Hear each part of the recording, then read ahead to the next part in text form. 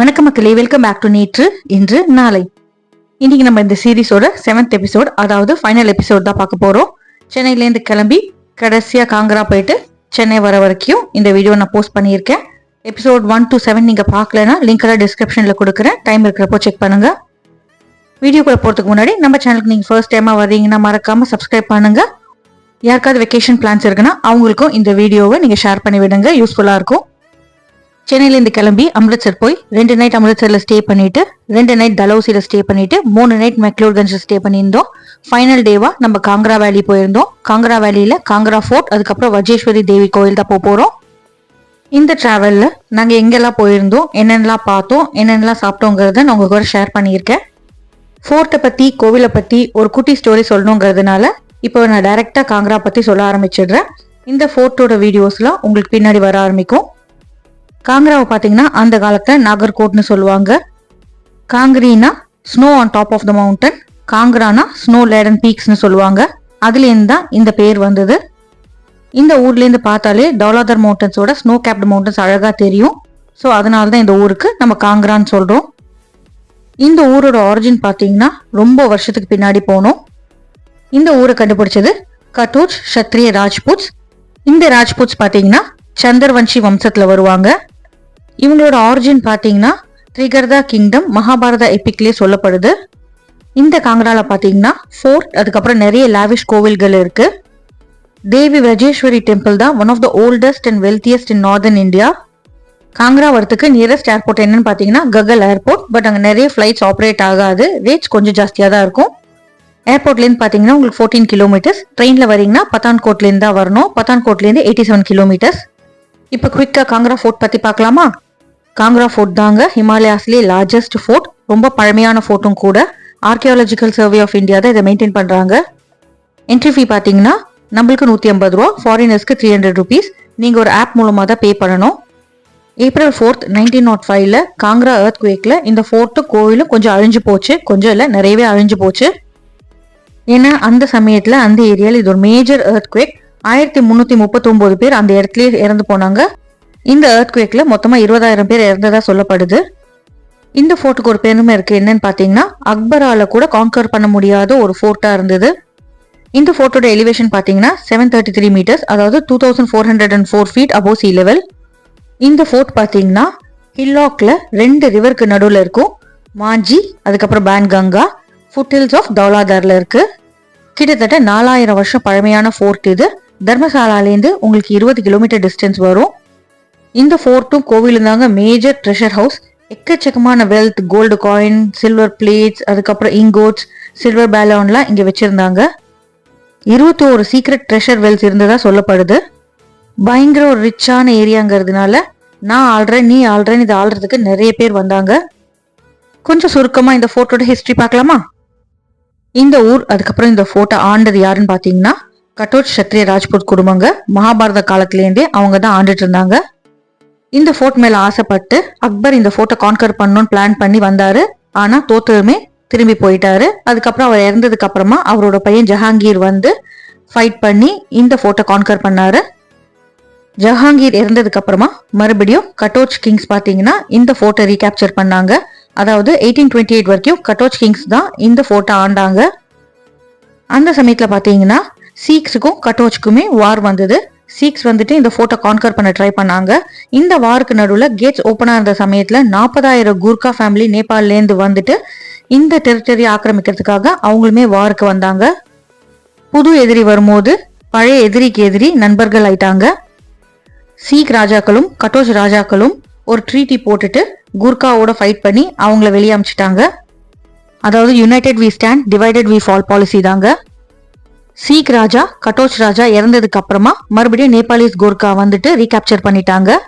இதுல இருந்து என்ன தெரியுதுன்னா, நம்மளுக்கு தெரிஞ்சதை அடுத்த வம்சத்துக்கு நம்ம சொல்லி கொடுத்துட்டு போனோம் தாங்க. அதனாலதான் ஒரு ராஜா இறந்ததுக்கு அப்புறமா அடுத்தவங்க வந்து ரீகேப்சர் பண்ணிடுறாங்க. பிரிட்டிஷ் உள்ள நுழையிற வரைக்கும் கோர்காஸ் தாங்க இதை ஆண்டுட்டு இருந்தாங்க. இந்த காங்கரால பாத்தீங்கன்னா ஃபோர்ட் எல்லாம் தாண்டி டீ கல்டிவேஷனுமே ரொம்ப பாப்புலரா இருந்தது. One of the oldest fort in India and Himachal பிரதேஷ்னு சொல்லக்கூடிய இந்த காங்கரா ஃபோர்ட் பாத்தீங்கன்னா காலையில் 9 o'clock ஓப்பன் ஆகும், ஈவினிங் 5 மணிக்கு க்ளோஸ் ஆயிடும். நீங்க பழைய ஃபோர்ட் பிக்சர்ஸ்லாம் பாத்தீங்கன்னா இப்போ இருக்கிற ஃபோர்ட் பிக்சர்ஸ்க்கு சம்மந்தமே இருக்காது. பட் ஃபோர்ட்டோட நிறைய இடங்களை நீங்க பார்க்கலாம். ஃபோர்ட்டுக்குள்ள பார்த்தீங்கன்னா பாண்டவர்கள் கட்டிய மசூர் ராக்கட் டெம்பிள்மே இருக்கு. ஜஹாங்கீர் 1620ல இந்த ஃபோர்ட்டை ராஜா சம்பா, அதாவது கிரேட்டஸ்ட் ஆஃப் ஆல் ராஜாஸ் அந்த ரீஜியன்ல சொல்லக்கூடிய அந்த ராஜா சம்பா கிட்ட இருந்து கான்கர் பண்ணதுக்கு அப்புறமா உள்ள ஒரு மாஸ்க் கட்டினார். இதை தவிர்த்து அந்த ஃபோர்ட்குள்ள 9th and 10th செஞ்சுரியில கட்டப்பட்ட ஜெயின் பிராமணிக்கல் டெம்பிள்மே இருக்கு. இந்த ஃபோர்ட் எவ்வளவு பழசுனா 1009 ADல முகமது கஜ்னியுமே இதை ஆண்டாரு யூஸ் பண்ணாருன்னு சொல்லப்படுது. அவர்கிட்டேந்து 1337 ADல முகமது பின் துக்லக் இதை ரீகேப்சர் பண்ணாரு. அவருக்கு அப்புறமா அவரோட சந்ததியான ஃபிரோஸ் ஷா துக்லக் 1351 ADல இந்த ஃபோர்ட்டை ஆக்கிரமிச்சார். கோவில், அதுக்கப்புறம் மாஸ்க் வீடியோஸ், போட்டோஸ்லாம் நான் உங்களுக்கு இதில் அப்லோட் பண்ணியிருக்கேன். ஜெயின் டெம்பிள் பொறுத்த வரைக்கும் லக்ஷ்மி நாராயணா, அதுக்கப்புறம் அம்பிகா தேவி, ஸ்வேதாம்பர ஜெயின் டெம்பிள், அதுக்கப்புறமா ரிஷபநாதா அவரோட சிலையுமே இருக்கு. இந்த ஃபோர்ட் பார்த்தீங்கன்னா கிட்டத்தட்ட 4 கிலோமீட்டர் தூரம் இருக்கும், 463 ஏக்கர். ஒரு டைனாஸ்டி இது கான்கர் பண்ணும்போது ஒரு கேட் எரெக்ட் பண்ணாங்க. நீங்க வீடியோட ஆரம்பத்துல பார்த்துருப்பீங்க இல்லையா, ஜஹாங்கீர், அமீரி தர்வாசா, அதுக்கப்புறம் அந்தேரி தர்வாசான்லாம், அதெல்லாம் ஒவ்வொருத்தர் கட்டின கேட் தான். ஜஹாங்கீர் தர்வாசா பாத்தீங்கன்னா ஜஹாங்கீர் ஆக்கிரமிச்சதுக்கு அப்புறமா அவர் போட்ட கேட். அமீரி தர்வாசா பாத்தீங்கன்னா முகல் எம்பரர் சைஃப் அலி கான் ஆக்கிரமிச்சதுக்கு அப்புறமா அவர் கட்டின கேட். மகாராஜா ரஞ்சித் சிங் பாத்தீங்கன்னா ரஞ்சித் சிங் தர்வாசான் அவருமே ஒரு கேட் எரெக்ட் பண்ணாரு. அப்பர் கேட்டோட பேர் பாத்தீங்கன்னா அந்தேரி தர்வாசா. கங்கா யமுனாவோட ஸ்டாச்சூஸ் வச்சு கட்டின தர்வாசா பேர் தர்ஷினி தர்வாஜா. தர்வாசானா கேட். கட்டோர் வம்சமே பாத்தீங்கன்னா அம்பிகா தேவியை தான் கும்பிட்டாங்க. இந்த ஃபோர்ட்டுக்குள்ள ஒரு ஸ்டெப் வெல், அதுக்கப்புறம் வாட்ச் டவருமே இருக்கு. அந்த வாட்ச் டவர்ல இருந்து நீங்க மொத்த காங்கிரா வேலியுமே பார்க்கலாம். குழுக்குழுன்னு ஒரு ஊரு, சுத்தி மரம், செடி, கொடி, மலை. வராண்டாலேருந்து பார்த்தா ஸ்னோ கேப்ட் மவுண்டன்ஸ்.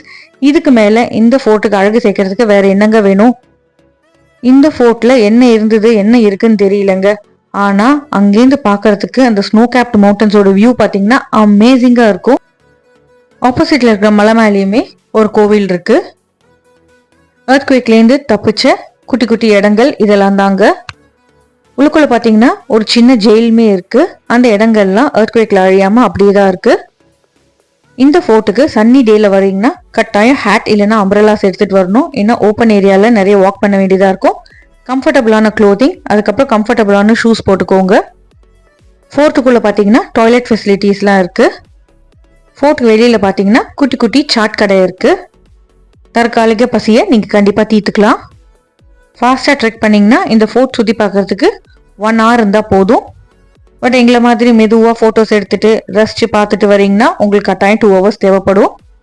அந்த வெள்ளை மலையிலேருந்து கண்ணே எடுக்க முடியலங்க. அதுவும் உட்காரத்துக்கு வேற அங்கங்க டேபிள் சேர்லாம் போட்டு வச்சிருக்காங்க. செக்யூரிட்டிக்கு அங்கங்க 1-2 ஆளுங்க இருக்காங்க. கவுண்டர்லயே பாத்தீங்கன்னா உங்களுக்கு கைட் தேவைப்படுமான்னு கேட்பாங்க. உங்களுக்கு இந்த ஹிஸ்டரி, ஜியோகிரபிலாம் சொல்றதுக்கு கூட்டிட்டு போறதுக்கு கரெக்டான ஆள் வேணும்னா நீங்க அங்க கைட் புக் பண்ணிக்கலாம். இல்லைன்னா கைட் ரெக்கார்டட் அந்த டேப்மே நீங்க வாங்கிக்கலாம். அவ்வளவுதாங்க இந்த ஊர். அதுக்கப்புறம் இந்த ஃபோர்ட் பின்னாடி இருக்கிற கதைகள். இன்னும் டீட்டெயிலா உங்களுக்கு ஸ்டோரி வேணும்னா நீங்க கூகுள்ல தேடினீங்கன்னா கட்டாயம் உங்களுக்கு நிறைய ஸ்டோரிஸ் கிடைக்கும். ரொம்ப சிம்பிள் தாங்க. பணம் நிறைய இருக்கிற இடத்துக்கு நிறைய பேர் திருடுறதுக்கு வருவாங்க. சில பேர் ஜெயிச்சாங்க, சில பேர் ஜெயிக்கல. தோத்து போனவங்க பாத்தீங்கன்னா எப்படாப்பா தின்ன காலியாகும், இருக்கிறவங்க இறப்பாங்கன்னு பார்த்துட்டு அவங்க மறுபடியும் கான்கர் பண்ணிடுறாங்க. ஆள்றவங்க எல்லாம் அவங்களோட ஞாபகார்த்தங்களை அந்த ஃபோர்ட்ல பதிச்சுட்டு போயிருந்தாங்க. பட் இங்க இருக்கிற வெல்த் எல்லாம் நிறைய பேர் லூட் பண்ணிட்டு போயிட்டாங்க. அதுக்கப்புறம் எர்த்குவேக்லயே நிறைய அழிஞ்சு போச்சு. ஸோ மோரல் ஆஃப் த ஸ்டோரியா என்ன நான் கத்துக்கிட்டேன்னா, எதை கொண்டு வந்தோம் அதை கொண்டு செல்ல. இது எவ்வளவு உண்மைங்கிறது இதை படிச்சோடனே தாங்க தெரியுது. ஃபோட்டோ பார்த்துட்டு வெளியில வந்தோடனே நடந்ததுக்கு பரிசா அங்க இருக்கிற ஃப்ரெஷ் ஜூஸ் வாங்கி குடிச்சோம். ஃப்ரெஷ்ஷா ஆரஞ்சுலேருந்து அப்படியே புழிஞ்சு கொடுக்குறாங்க. கூடவே லெமன் ஜூஸ். அதுக்கப்புறம் பார்த்தீங்கன்னா லேஸ் கார்ன்ஃப்ளேக்ஸ் சிப்ஸ் போட்டு ஒரு சாட் பண்ணி கொடுத்தாரு. செம்ம சூப்பராக இருந்ததுங்க. காரமா, டேங்கியா, டேஸ்டியா இருந்தது. போறதுக்கு முன்னாடி நிறைய வீடியோஸ் பார்த்தப்போ எல்லாருமே நாங்கள் மேகினால தாங்க சர்வை பண்ணோம், மேகி தான் கிடைச்சதுன்னு சொன்னாங்க. ஆனா கிளம்ப போறோமே இங்க மேகியே சாப்பிடலங்கிறதுக்காக அங்க நாங்கள் ஒரு பிளேட் மேகி வாங்கி சாப்பிட்டோம். எங்க பார்த்தாலும் பஹாடும் வாலி மேகின்னு அட்வர்டைஸ் பண்ணிட்டு இருந்தாங்க இல்லையா, அதனால ஒரு ட்ரை கொடுத்துருந்தோம். கூடவே என்னோட ஃபேவரட்டான பானிபூரி. இதெல்லாம் சாப்பிட்டுட்டு அங்கேருந்து நாங்க வஜ்ரேஸ்வரி மாதா தேவி கோயிலுக்கு போயிருந்தோம். அம்பத்தூர் சக்தி பீட்டத்துல இது ஒன் ஆஃப் த சக்தி பீடம். வஜ்ரேஸ்வரி மாதா இல்லைன்னா காங்கிரா தேவி மந்திர்னு கூட இந்த கோயிலை சொல்லுவாங்க. இந்த அம்மன் பாத்தீங்கன்னா துர்கையோட ஒரு வடிவம். பைரவருக்கான கோவிலுமே உள்ள இருக்கு. வருஷத்துல 2 தடவை நவராத்திரி ரொம்ப விமர்சையா கொண்டாடுவாங்க. இதை தவிர்த்து மக்கர சங்கராந்தி டைம்லயுமே ஒரு வாரத்துக்கு விமர்சையா கொண்டாடுவாங்க. 51 சக்தி பீட்டம்னு சொல்லும் போது உங்களுக்கு சக்தி பீடம்னா என்னன்னு டவுட் வந்திருக்கும் இல்லையா? அதை பத்தின ஒரு குட்டி ஸ்டோரி பார்க்கலாமா? காடஸ் சதி பாத்தீங்கன்னா அவங்க அப்பா பண்ண யக்னைக்கு அவங்களே அவங்க தியாகம் பண்ணாங்க லார்ட் சிவனுக்காக. சிவபெருமான் பாத்தீங்கன்னா சத்தியோட பாடி எடுத்துட்டு அவங்க ஷோல்டர்ல வச்சுட்டு கோவத்துல தாண்டவம் ஆட ஆரம்பிச்சிட்டார். சிவபெருமாள் தாண்டவம் ஆடினா உலகத்தையே அழிச்சிருவார்னு எல்லாருக்கும் தெரியும். இதை பார்த்த மகாவிஷ்ணு என்ன பண்ணாருன்னா சத்தியோட உடம்ப அவரோட சக்கரத்தை வச்சு 51 பார்ட்ஸா கட் பண்ணார். சத்தியோட 51 பாடி பார்ட்ஸ் பாத்தீங்கன்னா ஒரு ஊர்லயும் விழுந்தது. ஒரு பாடி பார்ட் விழுந்த இடத்துலயுமே ஒரு கோவில் இருக்கு. இந்த கோவில்ல பாத்தீங்கன்னா லெஃப்ட் செஸ்ட் விழுந்ததா சொல்லப்படுது. இந்த ஒரிஜினல் டெம்பிள் பாத்தீங்கன்னா பாண்டவாஸ் மகாபாரத காலத்திலேயே கட்டியிருந்தாங்க. நிறைய பேர் வேண்டிட்டு இங்க தங்கி இந்த கோவில தரிசனம் பண்ண வராங்க. கோவில் வர வழியெல்லாம் எக்கச்சக்கமான கடைகள். அந்த ஏரியாலேயே இந்த தேவிக்கு ரொம்ப சக்தி இருக்கிறதுனால ரொம்ப பாப்புலரான ஒரு கோவில். வஜ்ரேஸ்வரி தேவி பாத்தீங்கன்னா சுயம்புவா தான் இருப்பாங்க. அதாவது ஒரு கல்லு மாதிரி தான் இருப்பாங்க. உருவம் எதுவும் கிடையாது. மக்கர சங்கராந்தி டைம்ல பாத்தீங்கன்னா ஒரு வாரத்துக்கு ஸ்பெஷலா வெண்ணெய் அலங்காரம் பண்ணியிருப்பாங்க. மகிஷாசுரனை வதம் பண்ணும்போது இந்த தேவிக்கு நிறைய அடிபட்டதா சொல்லப்படுது. அந்த அடியெல்லாம் ஹீல் பண்றதுக்காக உடம்பு ஃபுல்லா பட்டர் அப்ளை பண்ணிக்கிட்டாங்க. அதனால மக்கர சங்கராந்தி டைம்ல ஒரு வாரம் ஃபுல்லா வெண்ணெய் காப்பு இருக்கும். வருஷம் ஃபுல்லா வேற எந்த டைம்லயுமே நீங்க வெண்ணெய் காப்புல பார்க்க முடியாது. கோவில் பாத்தீங்கன்னா காலையில 6 மணிக்கு திறந்தாங்கன்னா நைட் 9 மணிக்கு தான் மூடுவாங்க. 12லேருந்து 12:30 மட்டும் க்ளோஸ் பண்ணி வச்சிருப்பாங்க. நாங்க மக்கர சங்கராந்தி டைம்ல போயிருந்ததுனால வெண்ணெய் காப்பு சேவிச்சோம். நல்ல குளிர் வின்டர் சீசனுங்கிறதுனால வெண்ணெய் ட்ரை ஃப்ரூட்ஸ் எதுவுமே உருகலைங்க, அப்படியே இன்டாக்டா இருந்தது. வெளியில 100கணக்கான கடைகள், நிறைய ஸ்வீட் கடை, அதுக்கப்புறம் வளையல் பூஜை சாமான் கடைகள்லாம் இருக்கு. இந்த கோவில் பாத்தீங்கன்னா மெக்லோட்கஞ்ச்லேருந்து 30 கிலோமீட்டர், ககல் ஏர்போர்ட்லேருந்து 9 கிலோமீட்டர். கோவில் முடிச்சுட்டு ஈவினிங் அங்கே மறுபடியும் மெக்லோட்கஞ்ச் வந்துட்டோம். நைட் நடியில ஸ்டே பண்ணிட்டு நெக்ஸ்ட் டே மார்னிங் பிரேக்ஃபாஸ்ட் முடிஞ்சதுக்கு அப்புறமா ஏர்போர்ட் கிளம்பிட்டோம். வழியில பாத்தீங்கன்னா ஒரு சனீஸ்வர பகவான் கோவில் இருந்தது. வின்டர் ஸ்னோ எப்போ வேணாலும் இருக்கும், ரோட் க்ளோஷர் இருக்குங்கிறதுனால ஏர்போர்ட்டுக்கு ஒரு 3-4 ஹவர்ஸ் அஹெடாவே வந்துட்டோம். டெல்லியில டெர்மினல் மாறணுங்கிறதுனால பிரேக் ஃபிளைட்டுமே ஒரு 3 ஹவர்ஸ் தள்ளி தான் போட்டிருந்தோம். ஏர்போர்ட்ல டைம் பாஸ் பண்ணுங்கிறதுக்காக கார்ட்ஸ் விளையாடிட்டு இருந்தோம். அங்கேருந்து கிளம்பி out and out full night travel தான். பொண்ணோட பர்த்டேவை ஃப்ளைட்ல செலிப்ரேட் பண்ணணும்னு ஆசைப்பட்டாங்கிறதுனால நாங்கள் நைட் டிராவல் எடுத்திருந்தோம். ஏர்லி மார்னிங் ஃபைனலாக சென்னை ரீச் ஆனதுக்கு அப்புறமா ஒரு வாரத்துக்கு அப்புறம் ஹோம்மேட் சவுத் இண்டியன் ஃபுட் சாப்பிட்டு நாக்குக்கெல்லாம் கொஞ்சம் உயிர் வந்தது. அதுக்கப்புறம் வேற என்னங்க, லோட்ஸ் ஆஃப் மெமரிஸ், அதுக்கப்புறம் பிக்சர்ஸோட நம்மளோட ரெகுலர் ரொட்டீனை ஸ்டார்ட் பண்ணியாச்சு. வெக்கேஷன்ஸ் அண்ட் மெமரிஸ் வாழ்க்கைக்கு ரொம்பவே முக்கியம்தான். எவ்வளோ நாள் எவ்வளோ தூரம் போகிறோங்கிறது முக்கியம் இல்லைங்க, நம்ம ஃபேமிலியோட எவ்வளோ குவாலிட்டியான டைம் ஸ்பெண்ட் பண்ணுறோங்கிறது தான் முக்கியம். எங்களோட வெக்கேஷன்ல எங்க கூட டிராவல் பண்ணதுக்கு ரொம்ப நன்றி. வெக்கேஷன் போனப்போ கூட இவ்வளோ டயர்ட் ஆகலைங்க, ஆனால் இந்த வீடியோஸ் எடிட் பண்ணி ரொம்பவே டயர்ட் ஆயிட்டேன். இதோட இந்த வெக்கேஷனை எண்ட் பண்ணிக்கிறேன். தேங்க்ஸ் ஃபார் வாட்சிங்.